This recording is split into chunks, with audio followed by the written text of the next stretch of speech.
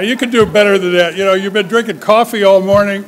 You've got no excuse for being asleep. Let's try that one more time. Good afternoon. Good afternoon. That's better. You know, if this was an all-Army audience, you know, we would do hoo-ahs on each side of the audience, see who could put the most enthusiasm into it. But given that this is a largely civilian audience, we'll settle for good afternoon. Well, on behalf of the nearly 35,000 members of AFCEA International, welcome to the Homeland Security Conference. We're really excited about this program, and we hope that you will be by the time you get to the end. One of the unique characteristics this year is that we're executing a promise to General Alexander. When we met with him shortly after he was confirmed and we asked what AFCEA could do for him, he said, "You could help me most by helping to work the dialogue between Cyber Command, DOD, and Homeland Security." And so this is partial payment on the promise that we would do that. We asked in return that he assign someone from his inner circle as a liaison to AFCEA, and he was kind enough to designate Rear Admiral Dave Glenn, the J6 for Cyber Command, who is a member of our Cyber Committee and has just done a great job in that linkage and making sure we understand the commander's intent and that we can execute that and do the right things. So in the program today, what you're going to find is that not only do we have General Alexander, who's kindly agreed to kick off the program as the keynote speaker, but we also have 3 panels that address his highest priorities. So he told us that privacy versus security and that whole set of issues were important to him. So this afternoon, you're going to hear a panel on that subject. Tomorrow, you're going to hear a panel on cyber situational awareness. And then on Thursday, you're going to hear a panel on cyber training and education, developing the cyber workforce.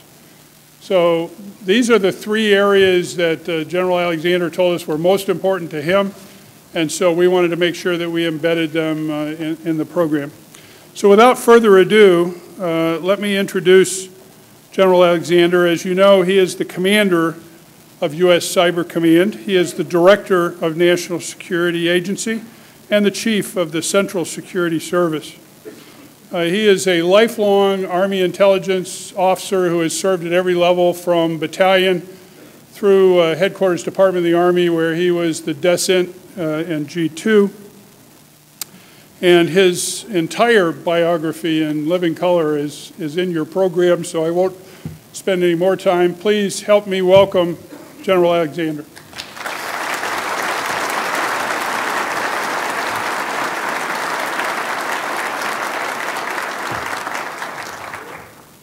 I know I'm supposed to work on my sense of humor. Ben is going to grade me today.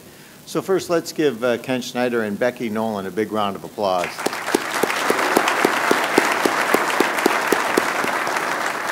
Thanks for the great work that you do in setting these up. Absolutely superb.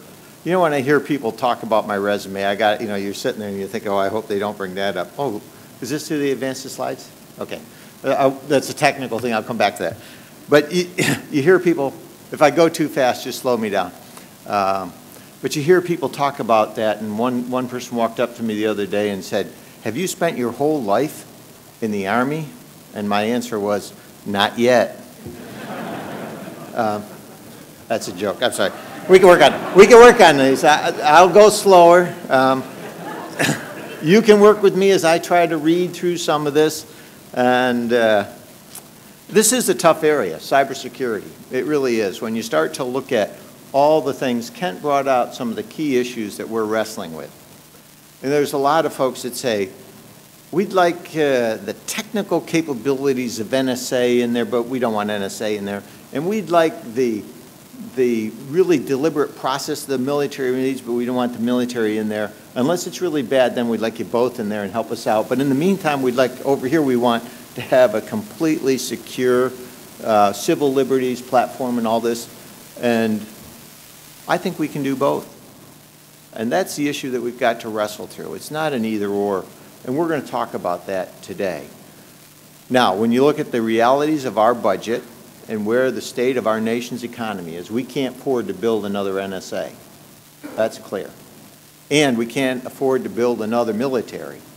We've got to learn how to leverage these, good governance, and do what's right for the nation, protect civil liberties, and protect our cybersecurity. So that's really what I want to discuss today. And I want to give you two thoughts on it. Can I, first slide's up. Good. So what I want to do is talk about these two areas, but to get to that, I'm going to spend about 25 minutes meandering around.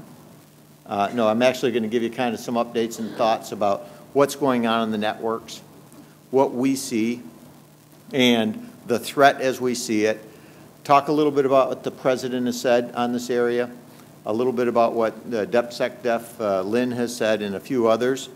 And then after I've hit everybody that I can think of that's talked on cybersecurity, I'll give you my thoughts, both of them. I'm sorry. I'll go slower. Okay, second slide, please. Okay, this is a great slide. We spent hours working on this.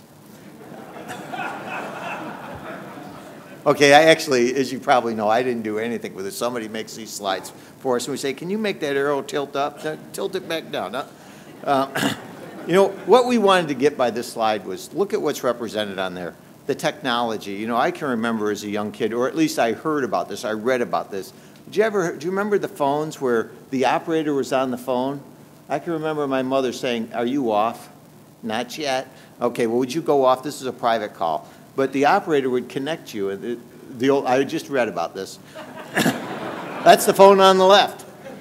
Now if you go, what's happened with the rate of change? Think about the rate of change. How many here have an iPad or an iPhone or one of the new smartphones? Okay, how many still have stupid phones? Okay, just kidding, just kidding. So when you think about that, the rate of change is phenomenal. 2 billion internet users worldwide, 2.06 billion actually. 107 trillion emails were sent in 2010. That's roughly 294 billion a day. 89% were spam. 89%. I got all those. I'm getting the spam. So think about that. That means about 11% of our emails that are transiting the networks today are what we intend, and the rest is just junk out there. 35 billion tweets last year, and that's going to take off this year. You can see that coming. It's huge. Facebook just crossed 600 million users. Think about that. If they were a country, the netizens of Facebook would be the third largest nation in the world. 2 centuries ago, it took 2 centuries to fill the Library of Congress. Well, that's not actually filling it like a liquid substance, but putting books, 29 million books, 2.4 million recordings, 4.8 million maps, 57 million manuscripts, and today that would take 5 minutes on the network. 5 minutes. In 2001, the average person used or had 1/4 of a gigabit of storage. In 2010, that's 128 gigabits. By 2020, it's estimated to be 131 terabits of storage per person. Look at the growth in that. It's huge. Now, the other two things on the top left-hand corner and the bottom right-hand corner. Deep blue, massive computation power. Many of you may remember that this was one of the first IBM challenges, Gary Kasparov and the computer. I didn't put the 1996 one on there because Gary Kasparov won. So they went back and tweaked it. They beat the machine, so to speak. That's a joke. I'm sorry. Okay, I'm going to work on these jokes. You know, I get these jokes. They come out of a book. They're not that good. So we didn't actually beat the machine. Gary beat the machine. The next year, the machine beat Gary, and I mean that in terms of winning, not other. Now, many of you saw what happened. That was really quick. I'm sorry. Yes, we can go slower. Now, look at the Watson machine. Most of you watched that on Jeopardy. How many saw Watson on Jeopardy? Wasn't that amazing? Right? You know, I was watching it. I'm cheering for Watson. I'm cheering for Watson. My wife goes, let the guys answer one question. They do 13 row. It was amazing. Think of what that's going to do for our nation, for the world in terms of health, in terms of knowledge, about education for our children.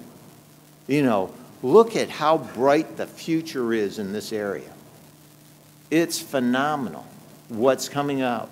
It is. It's absolutely amazing.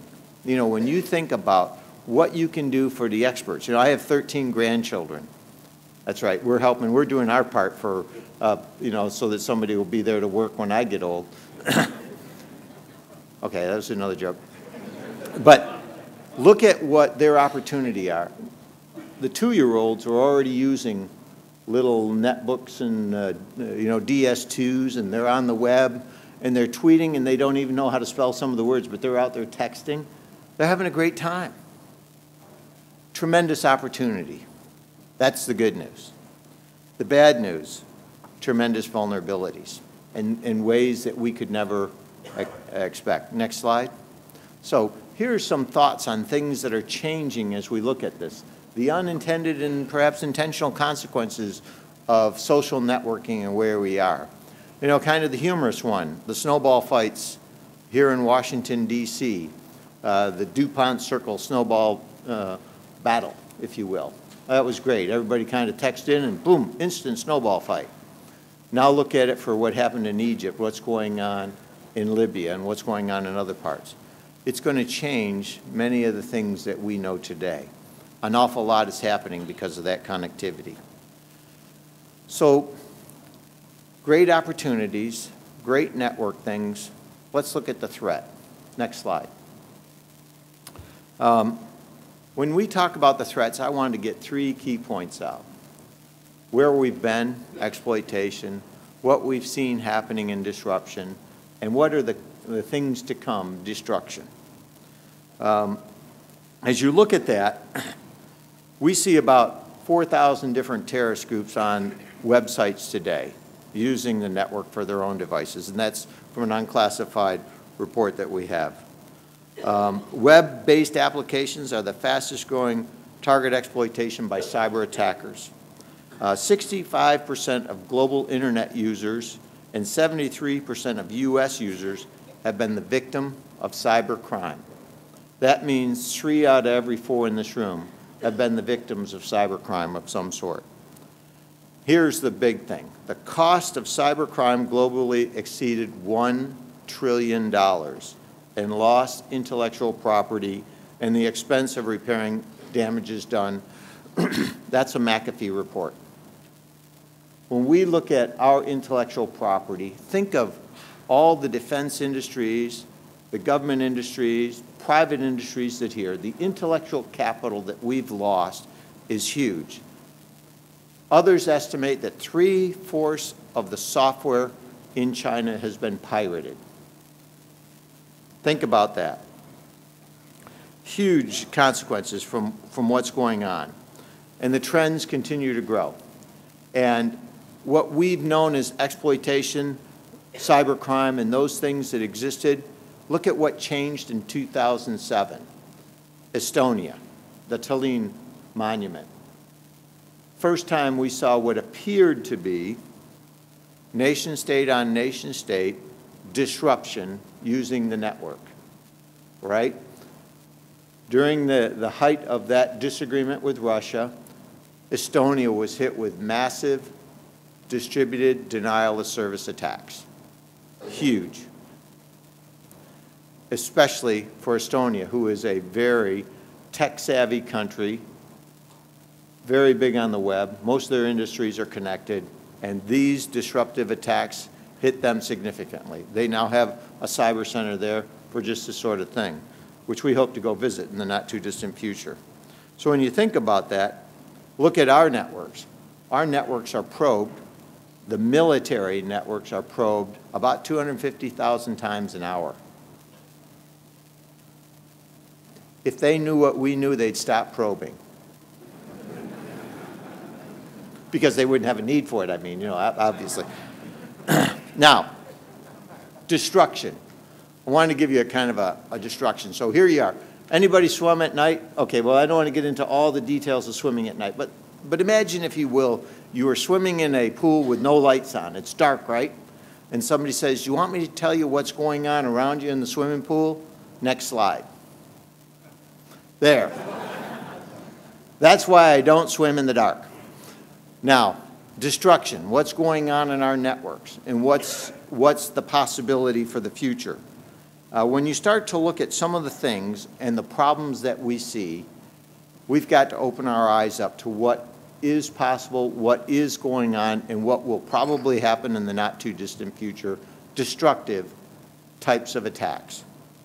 Now, we can make an analogy of this into the unclassified fora by just looking at a few events. The 2003 Northeast power outage, while it wasn't a cyber attack, shows that how cyber can manipulate different parts of the network and have devastating consequences. 2009, the Sayano-Shuskinskaya, that's easy for me to say, dam in Russia was brought online because of massive power failures in other parts of Russia. It was remotely brought online, and when they brought that turbo online, that turbine, 15,000-ton turbine, it started to spin and it went out of control. No remote sensors there. The water that was pushing that thing up raised it 50 feet in the air, 15,000 tons. And when it slammed back down, it ended up killing 75 people. The water damage alone wrecked the rest of the facility, which was a major power for Russia, all done remotely. And in May 2010, many of you might, those of you with money, might remember the financial problem where the markets dropped 1,000 one day. Somebody got an M and a B mixed up. Million, billion, small problem, big impact. All done remotely, give you some insights of what could be, what could happen destructively. So we've got to look at how do we protect against exploitation, against disruption, and against destructive capabilities on our network. And the plans and the ideas that we bring up have to address all of that. How do we know some of this? Well, next slide. In 2008, when we looked at what happened in what we call Operation Buckshot Yankee, we saw that adversaries' malicious software was getting from unclassified networks onto our classified networks by writing thumb drives. A huge problem. Now, the only good news, you know, I'm an optimist, an eternal optimist. The good news, this was the catalyst that drove Cyber Command together, and I'll talk about that. The bad news is we shouldn't have things like this happen. We've got to figure out ways to stop this before they happen, not after. This can't be forensic in nature. It's got to be proactive in nature. The DepSecDef said at the time, this was the most destructive tools, that most destructive tools are being built now, haven't been used, but if you look at what's going on, there's never been a weapon that hasn't been built that hasn't been used, or that has been built that hasn't been used. You get what I mean, right? Ben? Okay. Ben's got it. Two. Okay, I'll work up from there. Next slide. So as I said, we used Buckshot Yankee, which happened in October of 2008. It was detected then. What we saw is that we had, in the Joint Task Force Global Network Ops, the responsibility to operate and defend our networks, on one hand. On the other, we had the Joint Functional Component Command for Net Warfare, JFCC-NW, responsible for the offensive or attack capabilities on the other. Two separate organizations operating on the same network. And when you think about that, why would you keep two organizations apart? The Secretary of Defense said, let's put them together, and shortly thereafter we made the Subunified Command. Those were the steps that came into play. President Obama approved the stand-up of the command and, as you know, nominated me for this position. Now, let's talk a little bit about the President.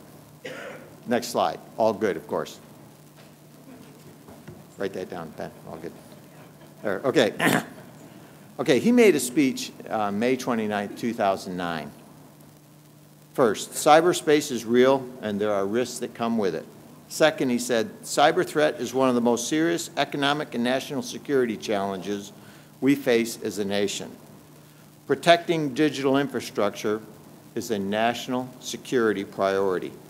A comprehensive strategy to secure U.S. Information communications networks begins with a few points. First, we have to work with all the key players, state and local governments, and the private sectors. Second, strength and that parts are critical to this endeavor between public and private industry. We need to continue to invest in cutting-edge research and development. And finally, we need a national campaign to promote cybersecurity awareness and digital literacy. I just want to hit on that last point. One of the key issues that we have, that we face as a country in talking about civil liberties and privacy in cybersecurity is our digital literacy. And many of you who are extremely literate in this area know what the problems are. Because many people will obfuscate, I learned that word the other day and I get bonus points if I use them, will obfuscate the facts by saying, well, so-and-so is doing X, or this is what I see, Y. And the reality is they don't know what either of those are doing. And we've got to educate people on what it is we need to do within our networks to secure them so that everybody understands that. I think that's going to be one of the key things. Next. So taking off from that, the Deputy Secretary of Defense, Secretary Lynn, had these comments, next slide, in 5 pillars. And the 5 pillars were on the article that you see on the left-hand side of the screen. He hit these 5. What I'm going to do is quickly hit those and give you some insights, and then we're going to concentrate on the active defense and extending the cyber defenses. First, cyber as an operational domain on parity with air, land, sea, and space.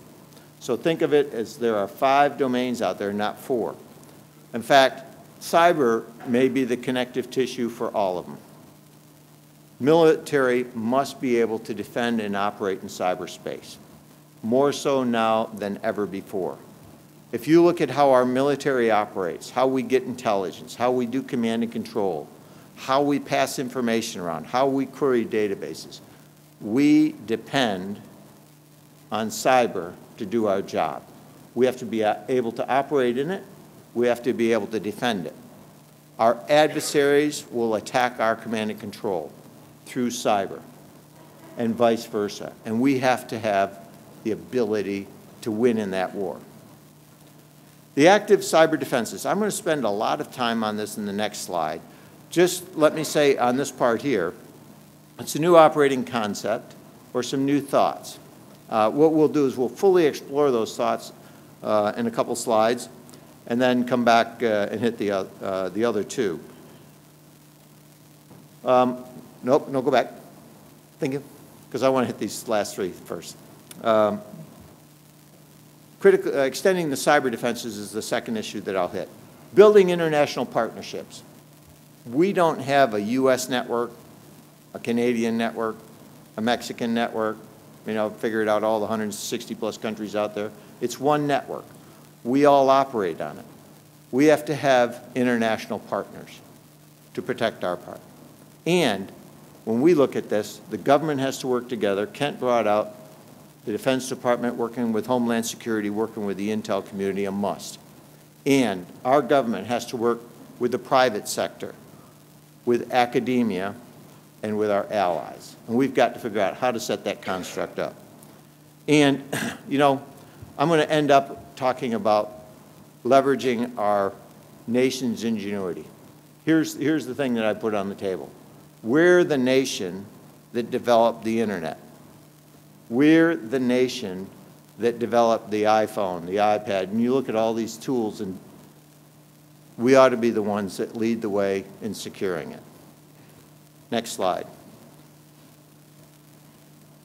So, I wanted to talk about the active defense using the Maginot Line because I learned how to pronounce this a few days ago. And I wanted to show you that I still have a sense of humor. When we think about defending our networks, it's very much like France looked at defending France prior to World War II. They had a static defense and they made some assumptions. They assumed that the Ardennes forest was not trafficable by German troops. So they made that assumption. They also assumed that they could statically defend along a border along the French-German border, the France-German border, and where Belgium and all that, you see it all there? And the reality was, didn't work. Now let's jump to our networks. What do we do today? We take and apply patches. We get our system administrator to ensure that the networks are configured correctly. We wait for the next event. Somebody breaks into our network. We forensically look at what they did. We beat the system administrator. Those of you who are system administrators know what I'm talking about. We fix it, and then we go right back to where we were. We apply the patches, wait for the next incident, beat the system administrator. Now, for those of you who run companies now know why it's hard to get system administrators, except for those who like this work or those beatings. So we can't have a static defense in cyberspace, just like the French should not have had a static defense in the Maginot Line. Let's extend that a little bit further. So what do we mean by active defense? It means that you have to do more than just having your system administrator apply patches. You've got to operate inside your network and look for adversaries that are operating there. How do we teach our red teams and blue teams to operate in that space? How do we detect them? How does our system at the boundary talk to our system on what's going on at the boundary? Let me give you an analogy. If someone were to come to your house and you hear him at the front door and he's got a ring of keys, all Yale keys, all 1 through 1,000,000, and he tries key number 1 and you listen and go, no, that didn't work, no, don't have to worry. Tries key number 2, right? No problem. How many keys would you let somebody try on your front door before you perhaps thought, maybe I should call the police? But look at what happens in our systems today. Person tries it, they're probing, they're scanning, they're trying different things, and we don't stop it. We don't say, what's up with it? So we've got to look at what's going on at the boundary and how that peers with inside our network. And perhaps most importantly, where's early warning? Where's our neighborhood watch system, if you will? Where is the intel community providing you information on what's going to happen to your networks, especially those critical ones we should defend? So when we talk active defense, change the landscape to include all of that in a way that comports with civil liberties and privacy and protects our networks. Go active. And the intelligence community can provide signatures classified to those who can protect them to ensure we know everything we can to protect our systems. So that's the first big thought I'd like to put on the table. We have to look at using active defenses to protect our systems. Next. Now, one of the things that we brought up, and Kent actually wanted to use this slide, and I said, no, it's the only slide I have of these two, and showing the DoD-DHS partnership. We need to leverage what we decided when we put Cyber Command at NSA is that we couldn't replicate NSA. We don't have the money, we couldn't create the people fast enough or leverage that technology any other way other than leveraging NSA as we know it. And when you think about it, that's good, efficient uses of our nation's resources. You know, NSA has some of the best technical people in this area that I've ever seen. It's tremendous to work there, it really is. Huge capabilities. It has our nation's center of gravity in crypto mathematicians. And when you look across what that means in operating on the networks, it's huge. DHS is no different. If DOD couldn't afford to build another NSA, neither can DHS. So in September of 2010, Secretary Gates and Secretary Napolitano signed a memorandum of agreement. And that memorandum of agreement doesn't alter DOD or DHS relationships or command authorities or any of that. It increases the collaborations between DOD and DHS to accomplish and leverage NSA for the better of both. A huge step forward. Mutual support for cyberspace capabilities development, synchronization of operational cyberspace activities. DHS put a director of cybersecurity coordination at NSA and a joint coordination element at NSA. And Cyber Command and NSA put elements at DHS. Now, some of you I know are thinking, okay, that's hostage swapping. But I think it's also a critical way for doing liaison and for working together, taking the next steps. That's what we need to do as a country. Now, the second point that I wanted to touch on, and the reason that I sandwiched DHS and DOD's partnership, the first is active defense, and the second was, now how do we extend that active defense and some of our security technology to the rest of the country? And the answer is, well, that's DHS role, we're in support, but we've got to work together. That's what this partnership starts. Next slide. And where does that lead us? How do we extend these capabilities to critical infrastructure? The White House, with participation from across the government, Department of Defense, Department of Homeland Security, the intelligence community, Department of Justice, is leading the effort to extend protection of critical infrastructure. We're in the process of addressing the relationships of government and the commercial sector with respect to cybersecurity of critical infrastructure such as power plants and the electric grid. I think that is a key step forward. We have to create a set of private-public relationships for a secure zone with similar protection for our nation's most critical networks. I think that's huge. And when you think about it, what we're actually talking about is, one, developing a strategy for how, A, we'd protect the rest of the government, and B, how we extend that to those portions of our critical infrastructure that we have to protect for continuity of government.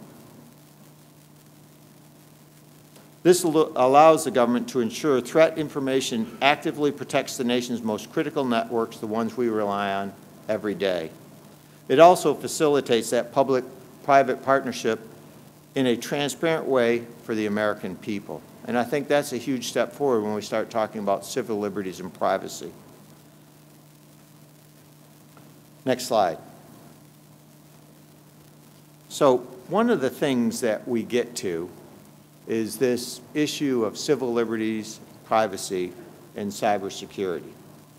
I want to give it to you from my perspective. First is the director of the National Security Agency. You know, as some of you know, I've been there almost 6 years. The people up there know it. No, I'm just kidding. I get that every day. When are you leaving? Not soon. No. It has been absolutely wonderful. One of the things that impresses me the most is, one, we all take an oath of office. You know, I solemnly swear to protect and defend the Constitution of the United States against all enemies, foreign, domestic, da, da, da, da. Everyone up there takes that, and we take that seriously. Nobody protects civil liberties and privacy of American people better than the folks at NSA. When we make a mistake, we self-report every mistake. In the technical arena, that can sometimes be a lot. We hit those right away, and we take corrective actions immediately.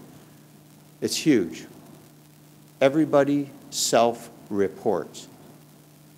Think of the honor system that goes with that. And, you know, even if it's bad, they bring it up and say, hey, here's a technical issue that we just found out. We take it to the court. And sometimes I've had to take it to the president. We tell them our mistakes. Now, when we got to the court, they say it's not as big a deal, but when you're working with these folks, they take every issue, every time you have an issue, is a big deal. 99+% of those deal with foreign personnel. Think of that. Because of the way our laws are written, because of the way collection is done, if it's done incorrectly and it impacts even a foreign person, we have to report it, no matter what happens. It's huge. So, when we look at this, the first thing that I'd put on the table, everybody talks about we don't want, I don't want the U.S. or the intel community or the military in my networks. Here's my comment, The only one that's not in your networks today are us, the U.S. government. Everybody else, there isn't enough room for us in there. 2, we don't want to be in there. We want to help protect them. We don't want to spy. We want to protect them. We see this as something absolutely vital to the future of our country. Cybersecurity for government and critical infrastructure is key to the security of this nation. We've got to do that right. We can do that and protect civil liberties and privacy. The oversight committees that we have, oversight with justice and oversight with the courts, I would tell you I'm the most oversighted person in the world. I think that's a word. I'll have to look that up later. Reminds me when I was little in elementary school. I spent a lot of time in the hallway. I'm sure that was the courts of yesterday. Okay, that might not be true. So let me end up on a positive note. Next slide. So I thought I'd get bonus points for talking about a Navy person as an Army guy. So I thought I'd bring up Grace Hopper. Some of you may have heard her speak. She was the one that used to bring a wire, a 30 centimeter wire, right? 30 centimeters, because 3.0 times 10 to the 8th meters per second. Speed of light, 1 nanosecond, right? She'd take that out, and that was how she started. She actually entered the Naval Reserve in 1943 as a wave. In 1944, she was assigned to the Bureau of Ships Computation Project at Harvard University, the Mark I computer. Developed the first computer programming language, COBOL, the most ubiquitous business language. Retired in 1986 at the age of 79 years, 8 months. Think about that, from the Navy. I've met a lot of Navy folks. I'm not sure she's the oldest. No, I'm just kidding. I had to get that one in. Any Navy folks? Okay. Don't put that down. I was just kidding. That's not in the script. I know. That's right there. Tell TJ, actually one of the guys who helps work this is a wonderful Navy captain. He's not here now, so I can speak good about him. One of the things that she had when she was working with some of her folks, the relays, they had a moth get stuck between 2 of the relays. And some of you may have heard this. So one of her friends went out, removed the moth so the relays would work, and she called that debugging, which exists today. Look at what's going on. Even she would be amazed at what we're seeing today. Now around her I've put 4 of the big icons, Bill Gates, Steve Jobs, Sergey Brin, and Mark Zuckerberg. When you think about it, there you have Microsoft, Apple, Google, and Facebook. Look at the change that's occurred in our time. When we think about that, these are the things that I think about an innovation nation. That's us. We're the ones that really help pioneer in this area. And so we have the technical and the intellectual capital to take the next steps and figure out the ways that we can improve our cybersecurity and ensure we're protecting civil liberties and privacy. We can do both, and we should. And we should figure out the most efficient economic way of doing it, especially in these times. Next slide. No, I'm not going to talk about Thomas Edison, although that would be appropriate for this slide. What I did want to do is talk about a few things that we need in cyberspace. First, situation awareness. One of the things that makes thinking about cybersecurity is, how do you see cyberspace? If you had everybody draw a picture of it, everybody would have a different picture. We don't have situational awareness of what's going on in cyberspace. We have facts, we have things that are going on, but show me the topology of what's going on in the networks and you'll get a whole series of slides, none of it comprehensible, and none of it tells you what's going on right now. What you're getting is history and forensics. We need situational awareness. So one of the big problems we see is that we need to continue to refine the roles of government and the private sector in securing the nation's critical infrastructure and those networks through the White House-led effort. We need to create and test models that balance protecting our civil liberties, privacy with cybersecurity. We, you, all of us, need to create the demand for more secure technology. We need to inform our people, the nation, on what's going on in the networks, digital literacy. And we need to integrate some of these capabilities. Perhaps from a cyber command perspective, one of the biggest things we have to do, build capacity. Working with the services, how do we build the capacity that our military needs to operate and defend its networks in wartime? A huge step. And we need to integrate between business, industry, and the rest. So with that, let me open this up to questions. I do want to say a couple things before I do that. Let me just hit this last slide on team sport. First, you know, I'm up here, I represent a whole community, but we should all recognize that no one agency, no one department, no one company can do this alone. This is a national effort. It's a huge effort, and we have to work together to make this happen. It's a team sport. It is industry and government, academia, and our allies all working together. It's the only way we're going to make it work.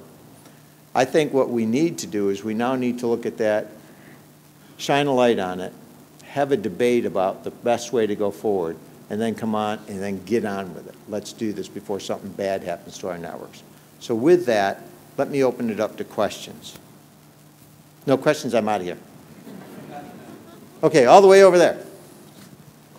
Hi, Wayne Fox from New Jersey Institute of Technology. I'm a member of the Newark chapter of InfraGuard, which is an FBI program. There's 900 companies in Newark, New Jersey, and we talk about these kind of issues all the time. Have you considered that as a important way of getting to the business community for the very things you've just been talking about? I would. I think any outreach program. First, let me say that the FBI has been a tremendous partner to work with. I'm not just hoping that they will rip up the warrants that are out there on me, but they have been absolutely superb to work with. Director Bob Mueller, the National Cyber Investigative Joint Task Force, absolutely great at what they do. They have some capabilities, and what you just talked about are some of the key capabilities we've got to put on the table for all the pieces that are out there between government and industry that we've now got to figure out how do we weave that together to take on this as a national problem set. Makes sense. Next question. Yeah, when you cite some of the statistics about the number of attacks, things like that, then there are no statistics or very small by comparison of the penalties, similar to that question about the people who do this. Can we use our situational awareness and the technology to eventually get to the point where, to put it simply, we know who you are and now we're going to get you? That's a great question, and I'm going to answer it candidly. There's two aspects to it. If we tell someone we know it's them, then they know our capabilities and how we determined that it was them. Attribution is the most difficult of all the aspects that we do have. And the fact that we can attribute is sometimes highly classified and not given out because of national security means, because we might lose more than we gain. But what you point out is a key problem. There is no deterrence model out there analogous to what we had during the Cold War for nuclear détente. If If you think about it, there are no rules of the road yet. There are no norms. We don't have all that figured out, and so there is no deterrent strategy. In fact, I would posit that it is much more difficult to have a deterrent strategy in cyberspace because it's not just key countries that have nuclear weapons. All countries, nation states and non-nation state actors can have these capabilities in cyberspace. And so I think what we have to do is step back and look at that, because it could be coming from non-nation state actors, a lot of crime and stuff. It could be coming from nation state actors or some confluence of both where they partner together with their industry players. It's all of that that we've got to look at, and I think we've got to figure out what is the right deterrent strategy first, to then take that second step with how do we attribute this and how do we let them know that we know without giving up what we know. You know? And I think you do. Next, please. General Pat Schambach from CSC. You and I first met at the ribbon-cutting ceremony of the watch floor at DHS. A great initial step. Do you have a notion as you look forward to what you would be able to look back and say, that was success that we had together? Do you have a notion of how you would describe what that looks like? Well, I would say first, if we could ensure the protection of our nation's government networks and critical infrastructure and keep adversaries out from walking through those today, that would be the first step. We're not there yet. A consequence, I think we have a big risk and a big gap. And I would put on the other side of that, and we don't have a way of seeing it to explain it well enough. So the situational awareness, of which that stand-up there was a first step, how do we bring that to life? How do you see what's going on in the networks in a meaningful way that you can show how you're defending them? Both of those are parts of the same solution set, and we're not good at either of those, and we've got to figure out both. I think if we can do that, I think that would be the success that would be the most important for the country.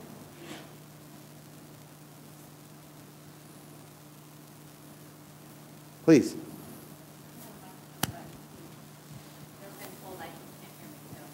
I can't hear you.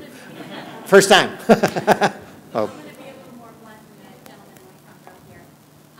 When it comes to capabilities between what DHS has set up and what you and NSA have done, thank you for the rest of you.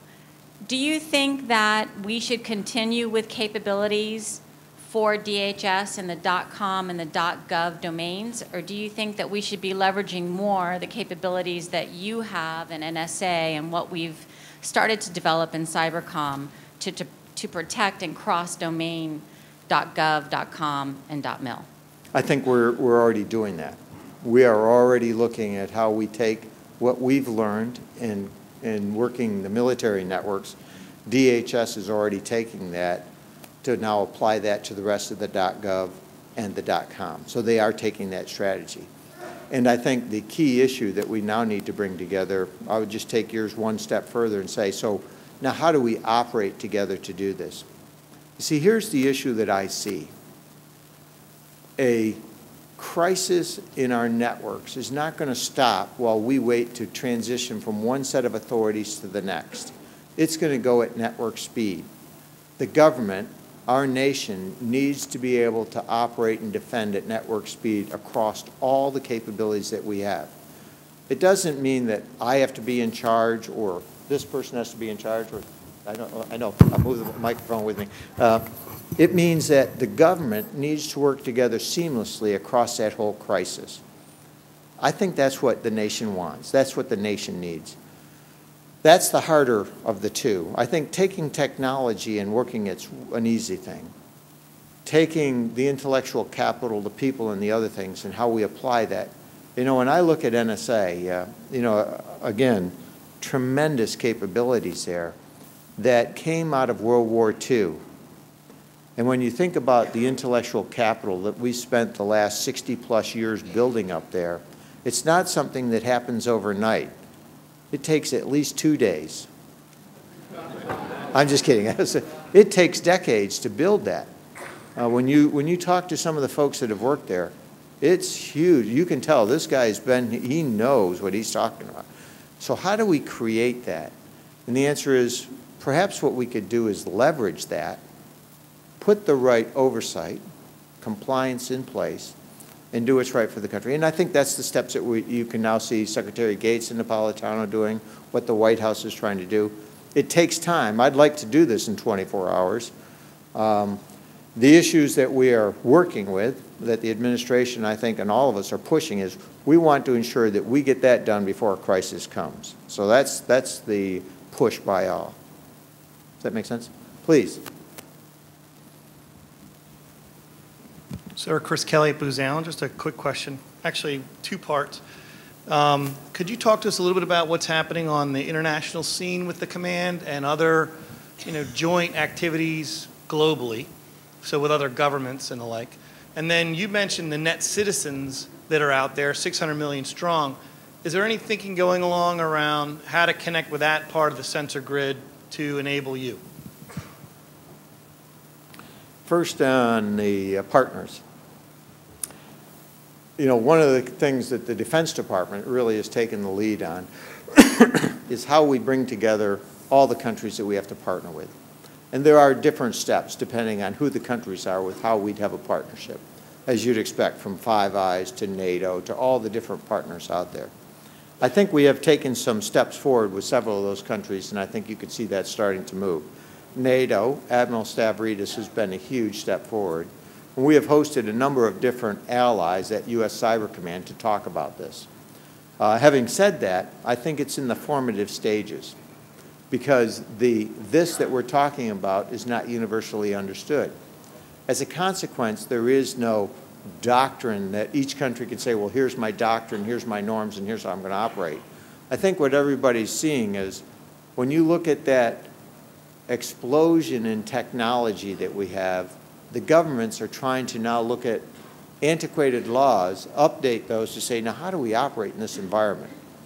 Every country is struggling with that, just as we are. I think the good part is many of our allies are doing things almost exactly as we are. A Cyber Command with their NSA-like agency partnered together for just the same reasons. They have different laws. That amazed me. I didn't think everybody had different laws, but you find this stuff out. No, I'm just kidding. That was humor. Sorry. So you do see the differences in that. What was the second question? I think so. I think there's a couple parts on this. Of course, we can't read in every one of the netizens or net citizens that are out there, but there are a lot of things that we can do to highlight vulnerabilities to folks and fix them. I think the biggest thing that you're seeing from the social network sites is just the way they leverage technology today and what that offers for the future. And I think what's going to happen is that's going to continue to run.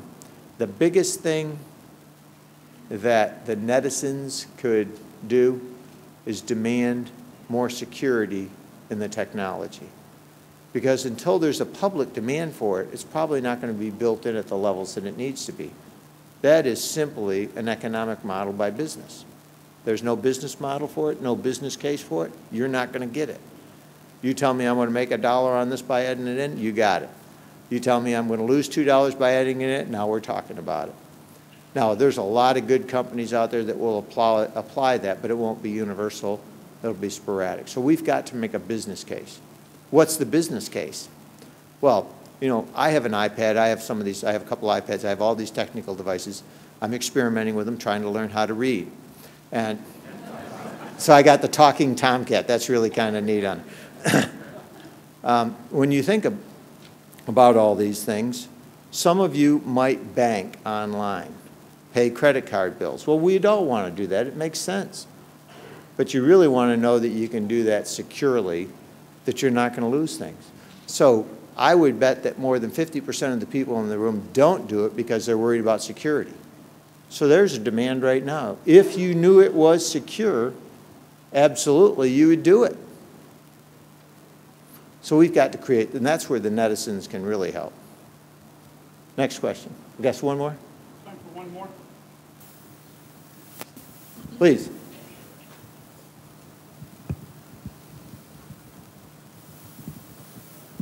Hi, thank you. I'm Craig Wiener from George Mason University, and I have a question. In the beginning of your speech, you talked about some of the incidents that have happened in cybersecurity over the last few years. Industrial controllers did not come up in your beginning opening remarks. So if you could wave a magic wand for industry to see ways that you could secure industrial controllers and avoid some of the issues that have recently occurred maybe in other countries, avoid those issues from occurring here, what would you need from industry to be able to accomplish that? And is encryption a possibility on our side, or would you want some kind of boundary that would avoid some of the same issues befalling the United States that have occurred in other places? That's a great question. I think it would be a combination of several of those. First, I think on the boundaries, I'm an advocate for encrypting data both at rest and in transit. I think that's a reasonable thing to do, and we should do that. That's step one. That would really help us protect intellectual property and all those things. So, two, I would do that across the firmware of all of our systems. Encrypt it. Make it very difficult for people to change and mess with. From the firmware that boots our systems to how our hard drives and all the rest of that, fix that, set that up. I think there's some advantage to doing that, and that we could make some great steps forward. But as soon as we do that, somebody's going to come up with the next step.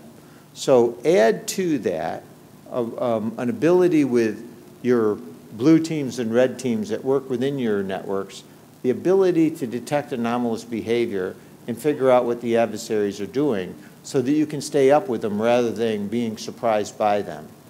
I think that's one of the things that our intelligence community working with our government can help do. But that's classified, because as soon as we give it out, if everybody has it, of course, the adversaries will know.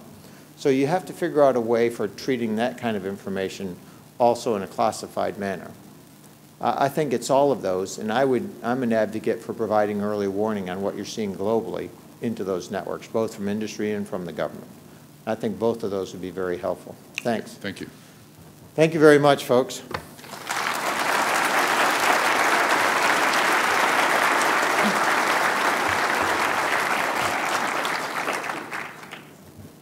Sir, I want to thank you for your remarks and present you with a small book entitled Hero, which I think is particularly appropriate here. You know, we all have a short list of personal heroes, and General Alexxander is one of mine.